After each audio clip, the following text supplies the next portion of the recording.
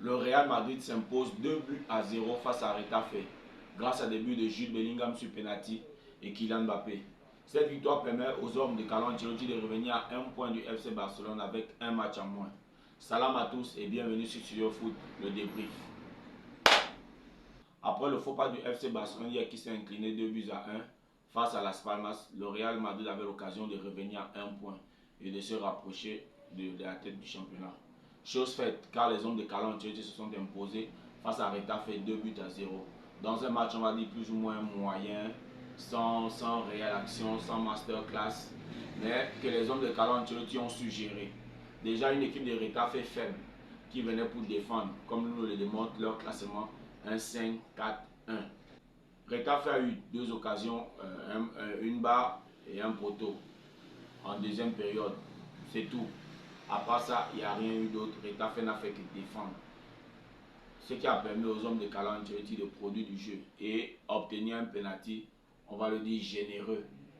Car Signum, au départ de l'action, attrape et gêne Rudiger. À la fin de celle-ci, c'est Rudiger qui tient la main du défenseur du Retafe. Bon, sincèrement, cette histoire de VAR là, il faut un peu revoir. Il faut savoir comment ça se passe. Et je pense qu'il y a un flou total jusqu'à présent. On ne sait pas à quel moment la VAR intervient, comment ça intervient, sur quel angle, qu'est-ce qu'il faut faire. Voilà, je pense qu'il faut mettre un peu de la transparence. Parce que pour moi, je le dis, c'est un penalty généreux. Sans ce penalty, le Real aurait gagné, c'est pas un débat. Voilà, il y a eu un autre but en cours de jeu, mais ce penalty est généreux et quelque part, il change la donne du match. Parce que lorsque vous encaissez un but, vous êtes obligé de modifier vos plans. Voilà, penalty transformé par Jude Bellingham. Jude Bellingham qui a fait un match plus ou moins correct. Voilà, pour moi, je pense que ça a été l'un des meilleurs Madrilènes. Deuxième but marqué par Kylian Mbappé. Et là, je pense que Mbappé se sauve un peu. Il se sauve un peu parce que ses prestations, ces derniers temps, c'est pas trop ça. Et même ce match, au-delà du but qu'il a marqué, sincèrement, il a eu beaucoup d'occasions manquées.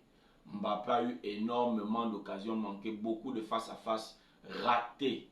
Tir sur le gardien, il y a même eu un ballon, il a dribblé le gardien, là, bon, tout. Les cages étaient vides, il a réussi à hyper croiser sa frappe pour qu'elle soit finalement hors cadre.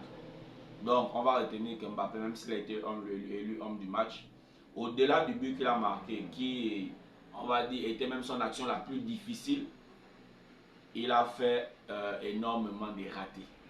Énormément de ratés. Et moi, c'est comme je vous le disais, il suffit juste que Mbappé marque un but pour qu'il soit MVP. C'est comme si Florentino Pérez avait acheté des titres d'MVP pour lui. Parce que je pense que pour moi, le MVP de ce match aurait été Jude Bellingham. Mbappé a trop raté pour être MVP. Voilà, donc avec cette victoire, le Real Madrid revient à 1 point du FC Barcelone avec un match en moins. En cas de victoire, le Real Madrid prend la tête de la Liga. Nous aurons des matchs mardi, mercredi. On verra ce que le Barça fera, ce que le Real fera. Avant de nous quitter, abonnez-vous, likez, partagez. On fait grandir la communauté. Sur ce, à plus pour un prochain débrief.